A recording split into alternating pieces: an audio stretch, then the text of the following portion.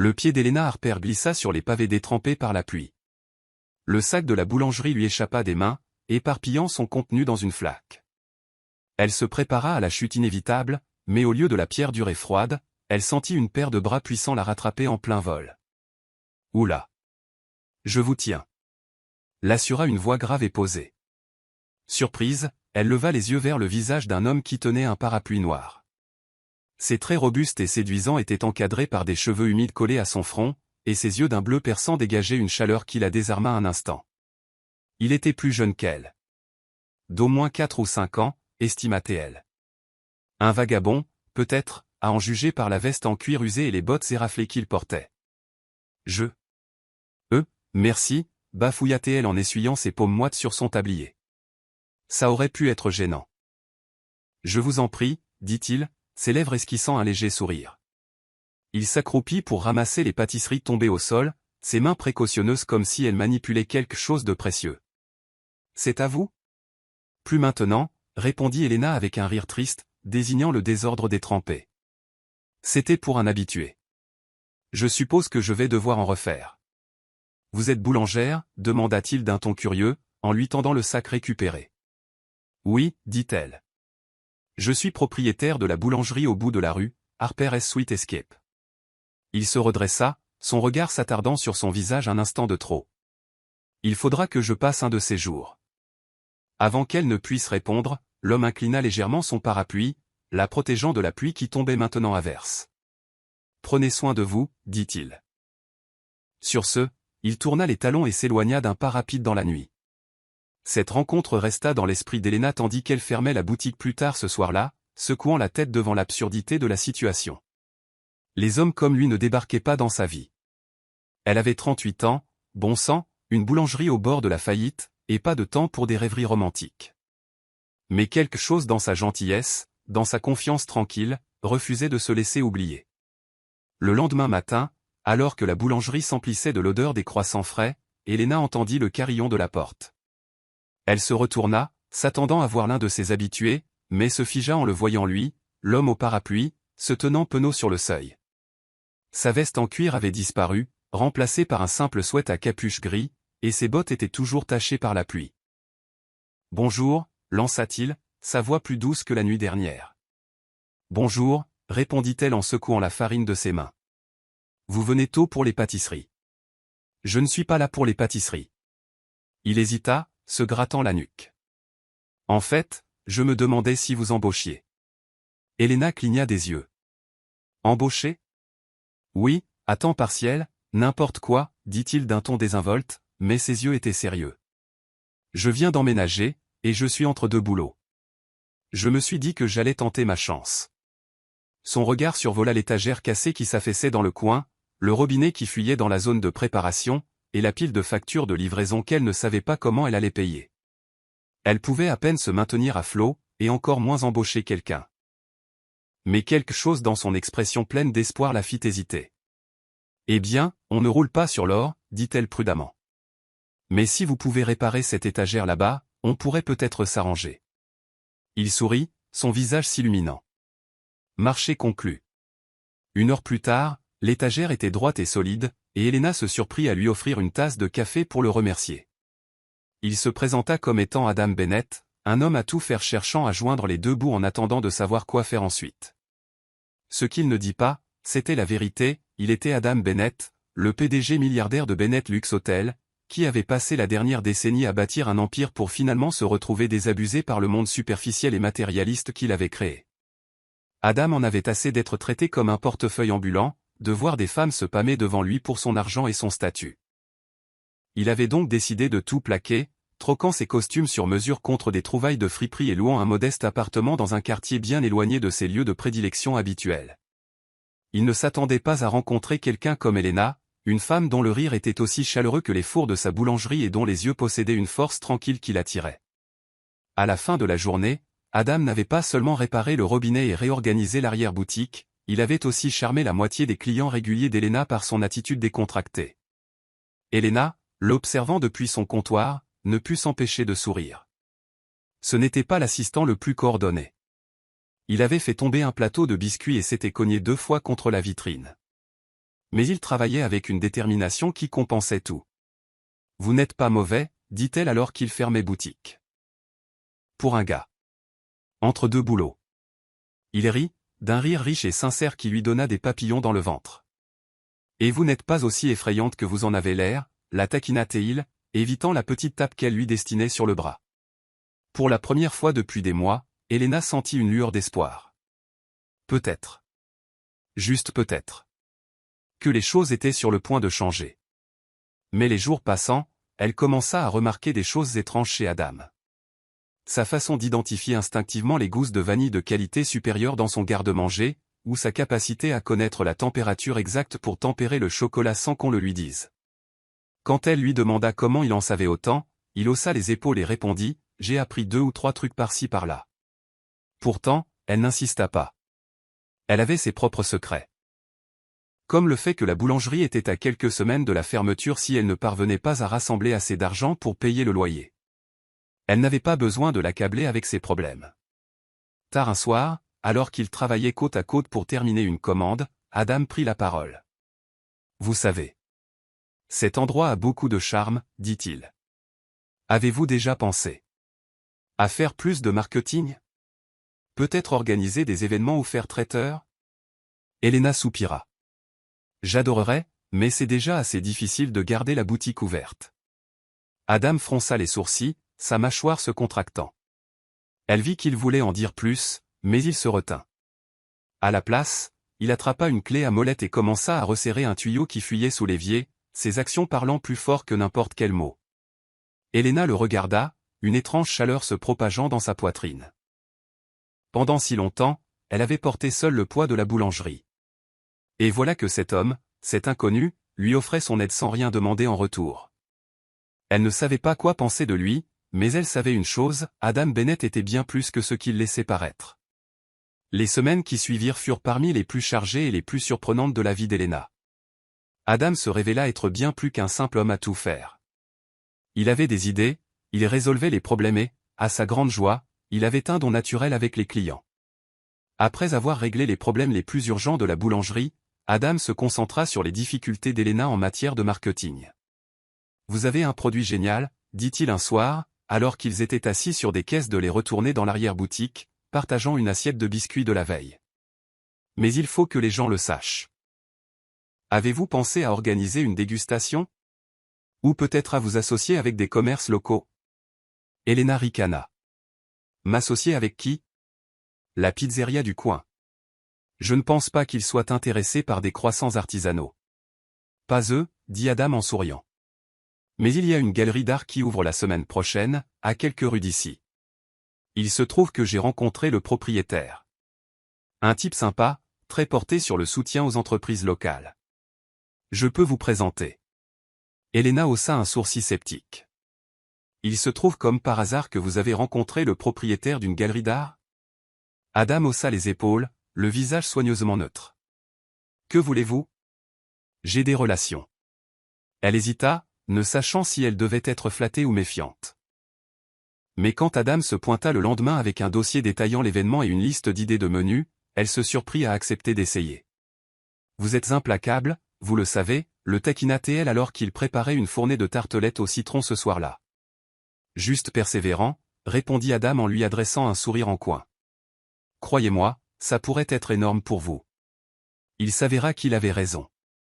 La galerie d'art était épurée et moderne, ses murs de verre et ses sols polis contrastant violemment avec le charme rustique et confortable de la boulangerie d'Helena. Elle ne se sentait pas à sa place en installant sa table d'exposition, son tablier fariné faisant tache au milieu de l'océan de costumes sur mesure et de robes de cocktail. Mais Adam, vêtu d'une simple chemise noire et d'un pantalon de ville, se déplaçait dans la foule avec aisance, la présentant au propriétaire de la galerie et à une poignée d'invités bien habillés qui semblaient sincèrement intrigués par ses pâtisseries. À la fin de la soirée, Helena avait distribué plus de cartes de visite qu'elle n'en avait imprimées au cours de l'année écoulée. Plusieurs participants se montrèrent intéressés pour passer des commandes de traiteurs, et l'un d'eux proposa même de faire un article sur sa boulangerie dans un magazine lifestyle local. « Vous voyez, dit Adam alors qu'il remballait les plateaux vides. Je vous avais dit que ça marcherait. » Helena sourit, la chaleur de la confiance qu'il avait en elle s'installant au fond de sa poitrine. « Oui, ne prenez pas la grosse tête. Mais alors qu'il chargeait le matériel dans sa camionnette d'emprunt, elle le surprit en train de la fixer avec une expression qu'elle ne parvenait pas à déchiffrer. Quelque chose de doux, sans défense, comme s'il la voyait d'une manière dont personne ne l'avait jamais vue. Son cœur rata un battement, mais elle chassa rapidement cette pensée. Plus tard dans la nuit, en comptant la recette de la semaine, Elena se surprit à penser à Adam plus qu'elle ne voulait l'admettre. C'était une énigme. Charmant, et pourtant humble. Compétent, et pourtant étrangement déplacé dans son univers. Elle ne pouvait ignorer les petits luxes dans son comportement, comme sa façon de naviguer si facilement dans la foule de la galerie, ou sa connaissance de la température exacte à laquelle son four fonctionnait le mieux. Mais elle rejeta ses pensées, les mettant sur le compte de la paranoïa. C'était juste un type bien qui essayait d'aider, et ce n'était pas comme si elle avait l'énergie pour autre chose que de l'amitié. Pourtant, leur dynamique continuait d'évoluer. Adam était toujours là, réparant, organisant et la soutenant d'une manière dont elle n'avait pas réalisé avoir besoin. Et à mesure qu'ils travaillaient ensemble, leur conversation devenait plus profonde. Un soir, alors qu'ils nettoyaient la cuisine après une longue journée, Adam demanda, « Alors, pourquoi vous ne sortez avec personne ?» Elena se figea, éponge à la main, prise au dépourvu. « Pardon ? Vous m'avez entendu, » dit Adam, nonchalamment appuyé contre le comptoir. « Vous êtes intelligente, drôle, belle. Alors pourquoi vous ne voyez personne ?» Elle rit, mais son rire était plus amer qu'amusé. « Belle ? Adam, j'ai 38 ans. Ce bateau-là a déjà quitté le port. » 38 ans, ce n'est pas vieux, dit-il, le ton sérieux cette fois. Et ça ne vous rend absolument pas moins belle. Ses joues s'empourprèrent, et elle se retourna vivement pour continuer à frotter le comptoir. Eh bien, merci du compliment, mais disons que j'ai eu ma dose de chagrin d'amour. Les femmes d'un certain âge n'ont pas droit aux contes de fées, Adam. Nous, on a la réalité. Peut-être que la réalité vaut mieux, dit-il doucement. Les contes de fées sont surfaits. Elena ne répondit pas, mais ces mots résonnèrent en elle longtemps après qu'elle eut éteint les lumières et qu'elle fût rentrée chez elle. De son côté, Adam se sentait de plus en plus attiré par la chaleur et la résilience d'Elena. Elle ne ressemblait en rien aux femmes de la haute société qu'il avait l'habitude de fréquenter. Pas de faux semblants, pas de jeu, juste une détermination brute et honnête. Elle le faisait rire, remettait en question ses idées, sans s'en rendre compte, lui donnait un but qu'il n'avait pas ressenti depuis des années. Mais sa double vie devenait de plus en plus difficile à maintenir.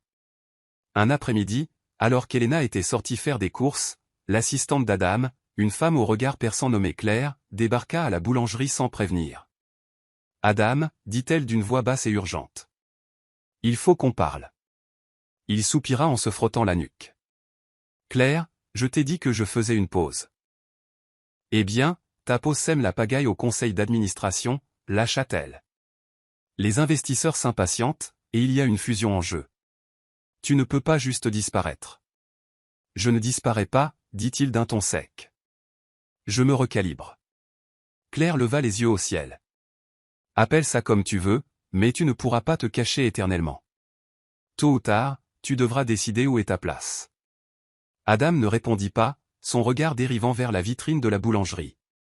À travers la vitre, il pouvait voir Elena revenir, les bras chargés de sacs de course, le visage illuminé d'un sourire qu'il avait appris à adorer. « Je vais m'en occuper, » dit-il enfin, la voix ferme. Mais pas tout de suite. Tandis que Claire partait en marmonnant, Adam sentit une pointe de culpabilité. Il n'avait pas menti à Elena, pas ouvertement, mais il ne lui avait pas dit toute la vérité non plus. Et plus il se rapprochait d'elle, plus il lui était difficile d'imaginer s'en aller. Ce soir-là, alors qu'ils travaillaient côte à côte, étalant de la pâte pour une commande du lendemain matin, Elena rompit le silence confortable. « Est-ce que tu penses parfois à ce que tu ferais si tu pouvais tout recommencer ?» Adam lui jeta un regard surpris. « Tout le temps. »« Et tu ferais quoi ?» demanda-t-elle d'un ton désinvolte, mais les yeux curieux. « Je ne sais pas, » admit-il. « Quelque chose de plus simple, de plus vrai. » Elena sourit faiblement, enlevant la farine de ses mains. « Ça a l'air sympa. »« Ça l'est, » dit-il doucement, son regard s'attardant sur elle. Elle leva les yeux vers lui. L'espace d'un instant, l'air entre eux sembla chargé de non-dits. Mais avant que l'un ou l'autre ne puisse parler, la minuterie du four sonna, rompant le charme. Elena se tourna pour sortir les pâtisseries du four. Adam ne put s'empêcher de se demander, cette vie simple et imparfaite pourrait-elle vraiment suffire à quelqu'un comme lui? Et plus important encore, pourrait-il jamais être assez bien pour quelqu'un comme elle? Le petit restaurant italien qu'Adam avait choisi était niché dans un coin tranquille du quartier, sa lumière chaude et dorée se déversant sur la rue pavée. À l'intérieur, des effluves de basilic frais et d'ail parfumaient l'air, et les douces notes d'un violon résonnaient en fond sonore. Elena hésita sur le seuil, lissant sa robe couverte de farine et se demandant pour la 100e fois pourquoi elle avait accepté. « C'est juste un dîner », se murmura-t-elle. Pas un rendez-vous. Mais quand Adam apparut de derrière le maître d'hôtel, son sourire illuminant la pièce sans effort, elle sentit son cœur vaciller. Il était habillé simplement, d'une chemise blanche impeccable aux manches retroussées jusqu'au coude. Mais il était terriblement séduisant. Et la façon dont ses yeux s'adoucirent en se posant sur elle. C'était le genre de choses dont sont faits les contes de fées. Tu es venu, dit-il en s'avançant vers elle. De justesse, répondit-elle, essayant d'ignorer les papillons nerveux dans son estomac. J'ai failli faire demi-tour 2 fois. Adam gloussa. Allez, c'est une célébration. Tu le mérites. Il la guida vers une table dans un coin, où une bougie scintillait entre eux, jetant une lueur chaude sur ce cadre intime. Le serveur leur versa à chacun un verre de vin, et alors qu'ils trinquaient au succès de l'événement de la galerie, Elena se sentit se détendre. Pour une fois, elle ne pensait pas aux factures impayées ou aux échéances imminentes. Il n'y avait qu'elle, Adam, et cette connexion tacite qui semblait se renforcer à chaque regard échangé. Tu sais, dit Adam après l'arrivée de leurs assiettes de pâtes fraîches, te regarder à la galerie, c'était incroyable. Tu rayonnais. Je ne pense pas que tu réalises à quel point tu es magnétique. Elena faillit s'étouffer avec sa gorgée de vin. Magnétique? Moi. Oui, toi, dit fermement Adam en se penchant en avant. La façon dont tu parles de tes pâtisseries, de ce que tu as construit. C'est inspirant. Tu es inspirante. La chaleur lui monta au cou alors qu'elle balayait ses mots d'un geste de la main. Tu n'en fais pas un peu trop, là? Non, dit-il, sa voix devenant plus douce, plus sérieuse. Je le pense, Elena. Tu es l'une des femmes les plus fortes et les plus belles que j'ai jamais rencontrées. Elle se figea, sa fourchette suspendue en l'air. Ses mots planaient entre eux, lourds.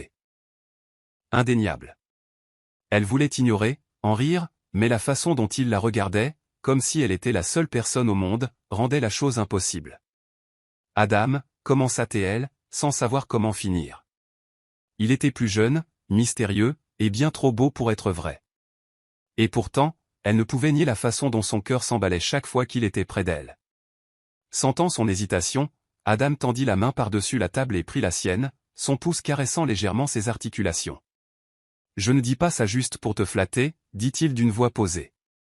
Tu as changé quelque chose en moi, Elena. Tu m'as fait voir le monde différemment. Et je. Adam? Une voix tranchante interrompit, coupant ce moment intime comme un couteau. Surprise, Elena retira sa main alors qu'une femme apparaissait à leur table. Elle était grande, impeccablement vêtue d'un blazer cintré et de talons qui claquaient sur le carrelage. Son expression trahissait un agacement à peine dissimulé. Elena, voici Claire, dit Adam, son ton soudainement sur la défensive. Elle. Travaille avec. Moi. Elena sourit poliment, bien qu'elle ne pût s'empêcher de remarquer la tension qui émanait d'Adam. Enchantée. Claire lui accorda à peine un regard. Adam, il faut qu'on parle, dit-elle d'un ton sec. Maintenant. Claire, je suis au milieu de, commença Adam, mais elle le coupa.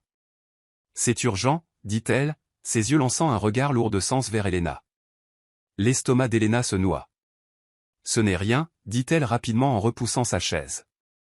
Je vais vous laisser 2 minutes. Elena, attends. Lança Adam, mais elle était déjà à mi-chemin des toilettes, son pouls battant à tout rompre dans ses oreilles. En s'aspergeant le visage d'eau froide, Elena essaya de chasser le malaise qui l'envahissait. Qui était vraiment Claire? Et pourquoi? Adam semblait-il soudain avoir quelque chose à cacher? Quand elle revint à la table, Adam avait l'air visiblement tendu, et Claire était partie. Il se leva à son approche, l'air désolé. Je suis vraiment désolé pour ça. Ne t'en fais pas, dit-elle, bien que son sourire n'atteignît pas ses yeux. Des histoires de boulot, j'imagine. Quelque chose comme ça, dit-il, mais le ton évasif de sa voix ne fit qu'approfondir ses doutes. Le reste de la soirée se passa dans le flou, et la chaleur confortable qui régnait entre eux semblait s'être atténuée. Quand Adam la raccompagna à son appartement, il hésita sur le perron, comme s'il cherchait les mots justes. « Bonne nuit, Adam, dit doucement Helena, le coupant avant qu'il ne puisse parler. Elle ne se sentait pas capable d'entendre l'excuse qu'il s'apprêtait à lui donner. Le lendemain, alors qu'elle réapprovisionnait les étagères de la boulangerie, Helena ne parvenait pas à se défaire du sentiment tenace que quelque chose n'allait pas. Ses soupçons se confirmèrent plus tard dans la soirée, lorsqu'elle entendit des voix venant de l'arrière-boutique. Elle s'approcha à pas de loup, le cœur serré en reconnaissant la voix d'Adam. « Je ne peux pas tout laisser tomber comme ça, Claire, disait-il, sa voix basse mais ferme. J'ai besoin de plus de temps. Du temps, tu en as eu, rétorqua Claire. Et pendant que tu joues à la dinette ici, le conseil d'administration part en vrille. Tu as la moindre idée de la gestion de crise que je dois faire depuis que tu es parti? Je ne suis pas parti, dit Adam, la voix tendue. J'ai pris du recul. Et pour une fois dans ma vie, je fais quelque chose qui compte vraiment. Qui compte, ricana Claire. Tu es Adam Bennett, le PDG milliardaire de Bennett Luxe Hotel. Tu ne prends pas de recul. Tu diriges. Helena eut le souffle coupé. PDG milliardaire? Son esprit tourbillonna tandis que les pièces du puzzle se mettaient en place. Sa connaissance pointue des ingrédients de luxe, l'aisance avec laquelle il naviguait dans les événements huppés, les luxes mystérieux qu'il semblait tenir pour acquis. Tout avait été là, juste sous ses yeux, et elle avait été trop aveugle pour le voir. Ayant l'impression que le sol se dérobait sous ses pieds, Helena entra dans le bureau. Adam et Claire se retournèrent tous les deux, leurs expressions passant au choc en réalisant qu'elle avait tout entendu. « Helena, commença Adam, la voix désespérée. Je peux tout expliquer. » Expliquer quoi? Dit-elle, la voix tremblante. Que tout ce qui te concerne était un mensonge? Ce n'était pas un mensonge, dit-il rapidement. Je n'ai jamais voulu te tromper. Je voulais juste être normal. Être avec quelqu'un qui ne se souciait pas de mon argent ou de mon titre. Et tu as pensé que je serais parfaite pour ta petite expérience, lança-t-elle, les yeux flamboyants. Quoi, j'étais censé être flatté qu'un milliardaire décide de s'encanailler dans ma boulangerie? Ce n'est pas ça, plaida Adam. Je laisse tomber, dit-elle en le coupant. Tu penses que je suis trop vieille, trop ordinaire pour quelqu'un comme toi. Et peut-être que je le suis. Mais au moins, je n'ai pas besoin de prétendre être quelqu'un que je ne suis pas. Adam fit un pas vers elle, ses yeux emplis d'émotions brutes. Tu as tort, Helena. Tu es la seule femme qui m'ait jamais fait me sentir ordinaire, de la meilleure façon qui soit. Tu m'as fait me sentir humain. Mais son chagrin était trop vif. Ses insécurités trop bruyantes. Je ne peux pas faire ça, murmura-t-elle, la voix brisée. Je ne peux pas faire partie de ton monde, Adam. Avant qu'il ne puisse l'arrêter, elle tourna les talons et sortit. Le laissant là, debout dans la douce lueur de la boulangerie, le cœur brisé par son absence. La boulangerie semblait insupportablement silencieuse sans Adam. Les jours se transformèrent en nuit. Et bien qu'Helena se jetât à corps perdu dans le travail, l'étincelle qui avait alimenté sa passion pendant des années semblait s'être éteinte. Elle pétrissait la pâte avec une précision mécanique, saluait les clients avec un sourire qui n'atteignait pas ses yeux, et évitait le coin du comptoir où Adam avait l'habitude de s'appuyer en la taquinant sur sa mine de boulangère grincheuse. Ses habitués remarquèrent le changement. Mais Helena balaya leurs inquiétudes, insistant sur le fait qu'elle était juste fatiguée. En vérité, elle se sentait vide. La trahison qu'elle avait ressentie en découvrant le secret d'Adam était toujours présente. Mais le vide laissé par son absence était pire. Elle détestait à quel point il lui manquait. Son rire, ses idées, la façon dont il lui donnait l'impression de pouvoir conquérir le monde. Mais la confiance est une chose fragile, et la sienne avait été brisée trop de fois auparavant. Le matin du 5e anniversaire de sa boulangerie, Helena ouvrit la porte et trouva le trottoir étonnamment vide. Elle fronça les sourcils. Normalement, ses habitués faisaient déjà la queue à cette heure-ci, impatients de prendre leur pâtisserie préférée et de lui souhaiter un joyeux anniversaire. Elle essaya de ne pas y penser, se disant que la journée commençait doucement. Mais le malaise dans sa poitrine ne faisait que grandir. Quelques heures plus tard, alors qu'elle préparait une fournée de tartelettes aux fraises, le carillon de la porte retentit. Elena leva les yeux et faillit lâcher son rouleau à pâtisserie. Maggie, l'une de ses plus fidèles clientes, se tenait sur le seuil, tenant une élégante enveloppe ivoire. Derrière elle, la rue bourdonnait maintenant d'activité. Des gens endimanchés étaient rassemblés dehors, discutant avec enthousiasme et tenant des enveloppes identiques. « Qu'est-ce qui se passe » demanda Elena, en s'essuyant les mains sur son tablier. Maggie rayonna et lui tendit l'enveloppe. « Tu ferais mieux de regarder par toi-même. » Elena l'ouvrit avec des doigts tremblants, ses sourcils se fronçant en lisant l'écriture élégante. « Vous êtes cordialement invité au concours de pâtisserie caritatif Harper's Sweet Escape, organisé par Adam Bennett. Lieu, le pavillon de Hawthorne Avenue. Heure, 15 heures. » Son cœur rata un battement. Adam ? Qu'est-ce qu'il fabriquait ? Avant qu'elle ne puisse demander des détails à Maggie, celle-ci était déjà partie, se hâtant dans la rue avec la foule grandissante. Elena resta figée, serrant l'invitation tandis que ses émotions s'affrontaient. Curiosité. Colère. Espoir. Et sous tout cela, une lueur d'excitation qu'elle ne voulait pas admettre. À 14h45, après avoir fait les 100 pas dans la boulangerie pendant ce qui lui sembla être une éternité, Elena attrapa finalement son manteau et suivit la foule en direction de Hawthorne Avenue. Elle se disait qu'elle allait juste voir quel coup tordu Adam avait encore monté. Pas parce qu'elle s'en souciait. Certainement pas parce qu'elle s'en souciait. Quand elle arriva, le spectacle qui l'accueillit faillit la clouer sur place. Le pavillon, un superbe espace événementiel aux parois de verre, avait été transformé en un lieu féerique. Des guirlandes lumineuses scintillaient au plafond, jetant une lueur dorée sur la pièce. Les tables étaient chargées d'un assortiment de pâtisseries et pâtisseries disposées avec un soin exquis. Des fleurs et des teintes pastel douces ornaient chaque surface, leur parfum se mêlant à l'arôme sucré des gâteaux. Une scène avait été installée au fond de la salle, et debout dessus, l'air plus nerveux qu'elle ne l'avait jamais vu, se tenait Adam.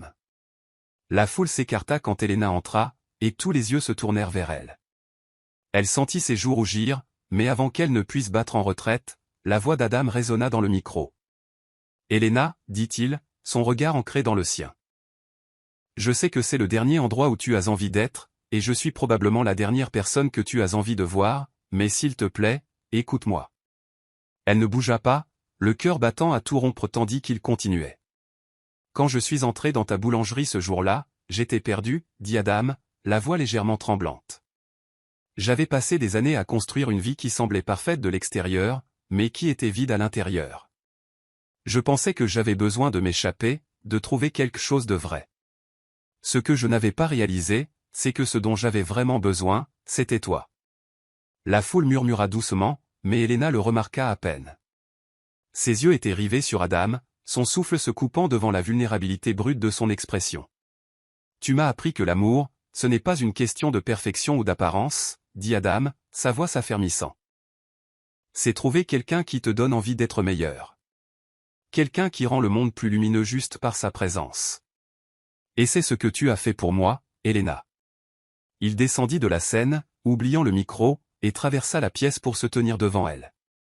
La foule s'écarta pour leur laisser de l'espace, les chuchotements s'éteignant dans le silence. « Je suis désolé de t'avoir menti, dit Adam, la voix brisée. J'avais peur.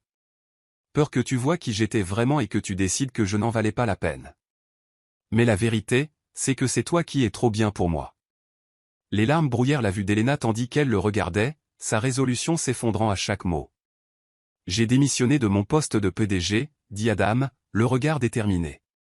J'ai fait un don pour sauver ta boulangerie parce que je crois en toi, Elena.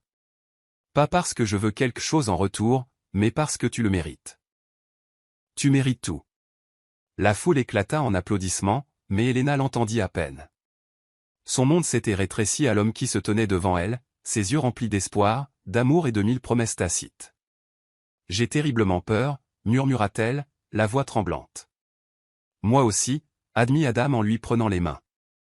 Mais je préfère avoir peur avec toi qu'être en sécurité sans toi. Elle laissa échapper un rire tremblant, les larmes coulant sur ses joues. Tu es impossible, tu. Le sais, ça? On m'a déjà traité de pire, dit Adam, ses lèvres esquissant un léger sourire. Alors, qu'est-ce que tu en dis, Helena? Tu veux bien me laisser faire partie de ton monde? Pendant un instant, elle ne dit rien, son cœur et sa raison se livrent en bataille. Mais alors qu'elle plongeait son regard dans le sien, elle réalisa que le choix était déjà fait. Oui, dit-elle, sa voix à peine plus qu'un murmure. Oui, Adam. La foule applaudit tandis qu'Adam la serrait dans ses bras, la tenant comme si elle était la chose la plus précieuse au monde.